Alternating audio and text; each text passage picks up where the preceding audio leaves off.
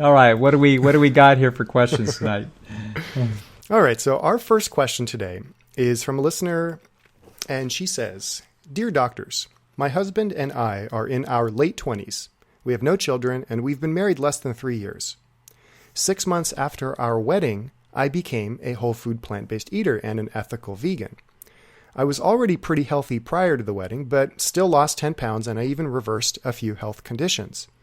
My husband, though, he has a lot of health conditions, including chronic constipation, terrible cystic back acne, really bad breath, very loud snoring, asthma, low energy, and is just 5 pounds away from being having a BMI of being obese. My husband hasn't really physically changed much since our wedding and has always had these health problems, but I looked past them because I love everything else about my husband. He's seen all the vegan documentaries and completely believes the science, but he has no interest in eating healthier, being more active, or stop eating fast food daily. I love my husband and he supports my lifestyle 100%, but I no longer find him attractive. I believe it's because I know if he drastically changed his diet, he would reverse many of his health problems that turn me off. I know it's natural for couples to lose attraction towards each other over time, but what do you do when you're repulsed by your spouse and their health problems?" Yeah, well, this is a sort of fascinating thing,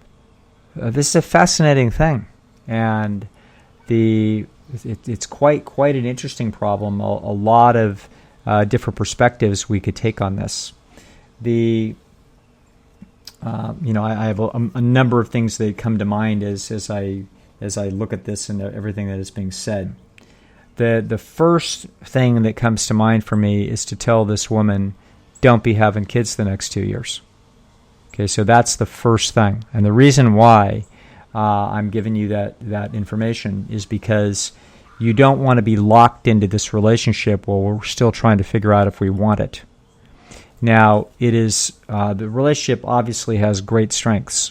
She says she loves the guy. That they have, in many ways, a wonderful relationship. However, we have a sort of a glaring hole in the middle of the living room floor, and that is that if he is repulsive physically, then this is a pretty big price. And everybody's different. There are couples that are not sexual at all for 40 years. And so this wouldn't necessarily be a problem if they're just good friends and they're cohabitating and they may even have a couple of kids together. If this is how they want to live, I'm not there to wrinkle my eyebrow at anybody. That's how you seek, whatever's in your best interest. However, if I'm in my late 20s, I'm a young lady in my late 20s, and I'm with a guy that is, got a lot of. He's sort of doing a mediocre job, and he's already got mediocre results. And I'm already turned off by who he is physically. It's really bothering me. This isn't actually anywhere near what the potential is that you could feel for another human being. So here we have it. We have the guy is probably for brains and personality, he sails over the bar, and so he's got great qualities, etc. And physically, maybe the genetics of his physical attractiveness are absolutely fine as far as she's concerned. But what he's doing to those as a result of the pleasure trap, this is the pleasure trap that is raising its ugly head and grabbing from the world a potentially wonderful romance. That's a tragedy. That's why the subtitle of my book is called Mastering the Hidden Force That Undermines Health and Happiness, because that is precisely what is happening here. So he is a victim of the pleasure trap. Who he is as a human never would have been in this trap at any other time in history.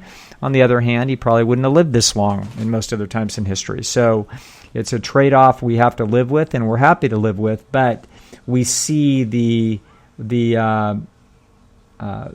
spark of this romance and the great enjoyment of the romance that's at the center of man and woman dynamics sort of going down the drain. So what do we do about this? Well, these are conversations that we sort of have to have if we want things to have any chance of improving. So the way we have these conversations, whenever we're going to give anybody bad news about anything, we want to flood the circuit. Okay, you don't have to go overboard because this guy doesn't really feel rejected as a human. But I would sit down and say, listen, I need to have a serious talk. We need 15 minutes to really talk about something that's really bothering me. And then we flood his circuit. Okay, so we say, listen, you're a dream of a person. I love this about you. I love that about you. I love the other thing about you. I loved it when you did this, and I loved it when you did that. I loved when we had this time together, et cetera, et cetera. I can't imagine being with anybody else. Okay. However, where I'm at and what's happened to me, I've changed. I've become a lot more health conscious, and as you know, things have changed for me. And now, what was once okay with me about you is no longer okay. And the problem is I have to apologize for this because you haven't changed. And so it's not your fault, and it's really not my fault either that this happened to me. And so it isn't something that can wipe out of my mind. And so it turns out that right now where I'm at is I just don't feel like being really close with you physically. I don't enjoy it. It bothers me. And it doesn't bother me the rest about who it is that you are, not one bit. But this part of it, I feel like, for me to be happy with you and to be physically tight with you and intimate with you and sexual with you and to feel all those feelings, I believe that in order for that to happen, that you have to do a better job. And so, I don't know how it is that you would, you could wrap your head around doing, paying that price. I don't know what it would take. I don't know if you'd have to be 10% better or 20% better or 50% better. I don't know what it would take. But I do know that where we are now is it doesn't work for me. Okay? Yeah, I'm not leaving you. I have no interest in leaving you. I'm not thinking about divorce. I'm not thinking about anything other than I would just wish so much that you would reach some higher potential for your own health. So I don't know what to do with this, and I've just kicked around a few ideas in my head, but I wanted to share this with you because you've probably been picking up on this, and I'm not angry or resentful, or if I sometimes am, it's the smallest part of it.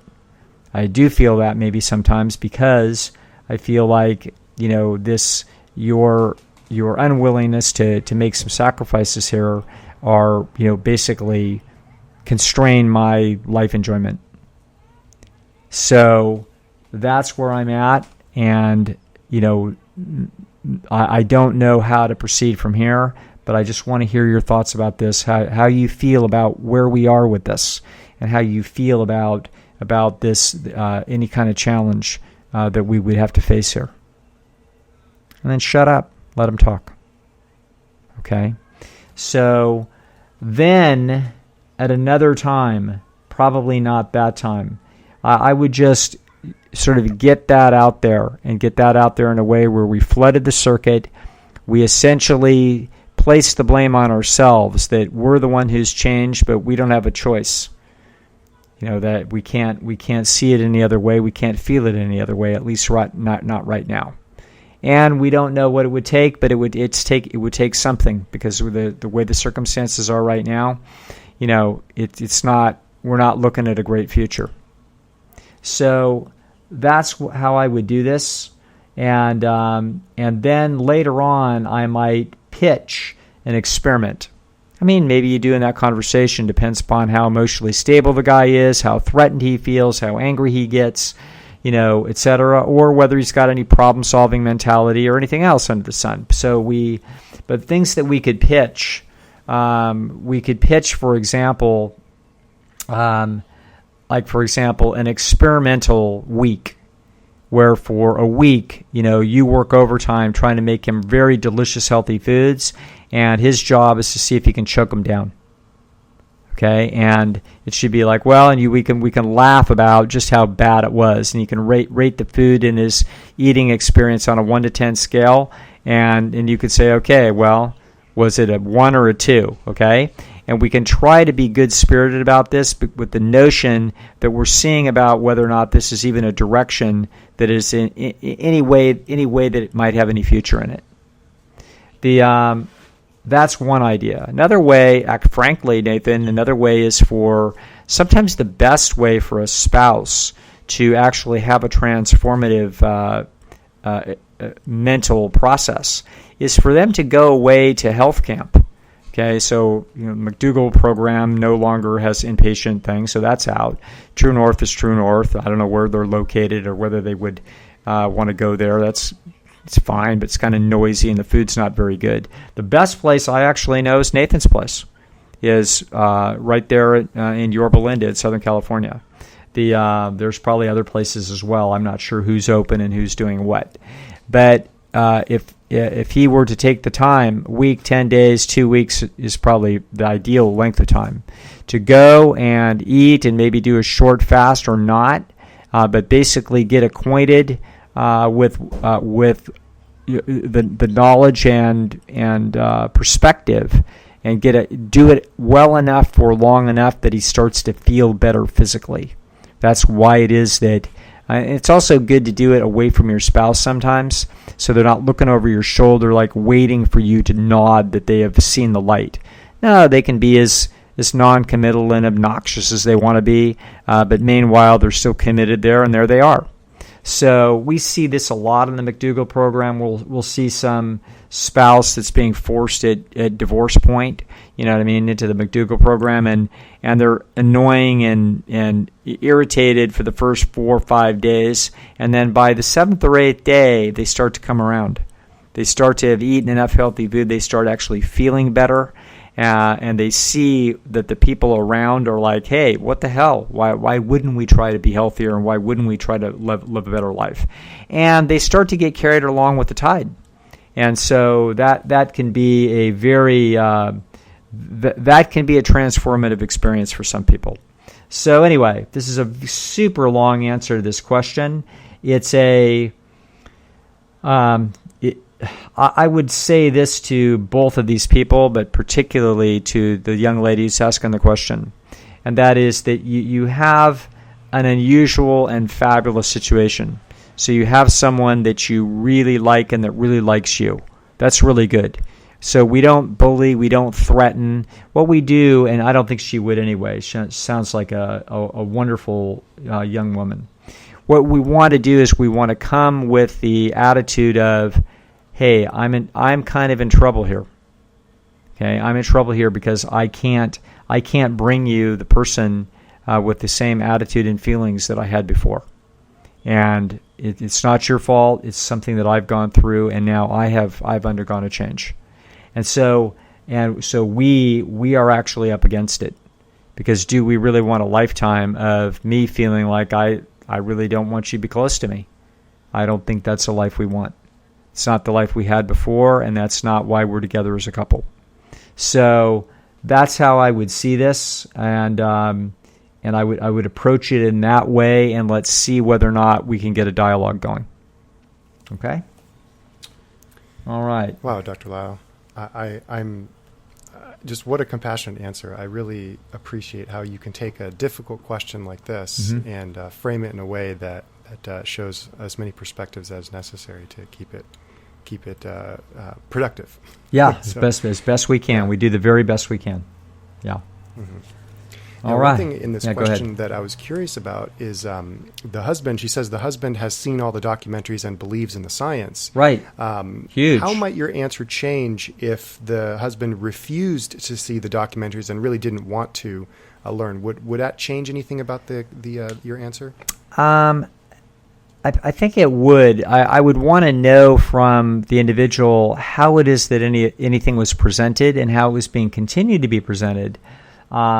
It could, in those circumstances, if we have people sort of digging into a position in the same house with a very different perspective and this kind of a problem in the way of the intimacy, and yet somebody bunkered into an oppositional view and not willing to learn at all, then pretty well doomed. You know what I mean? We're in serious trouble there, and that personality on at least one side of it. In other words, on if it's being handled as well as we can handle such a conflict, and we're still getting stonewalled, then it's very unfortunate to say this, but the individual on the other side of that is not competent to be in a romantic relationship. In other words, they don't understand the value of what it is that they have, and they don't understand and are apparently too disagreeable and generally incapable to understand that you have to pay some prices in order to keep such a thing. And so, and if they don't, they don't.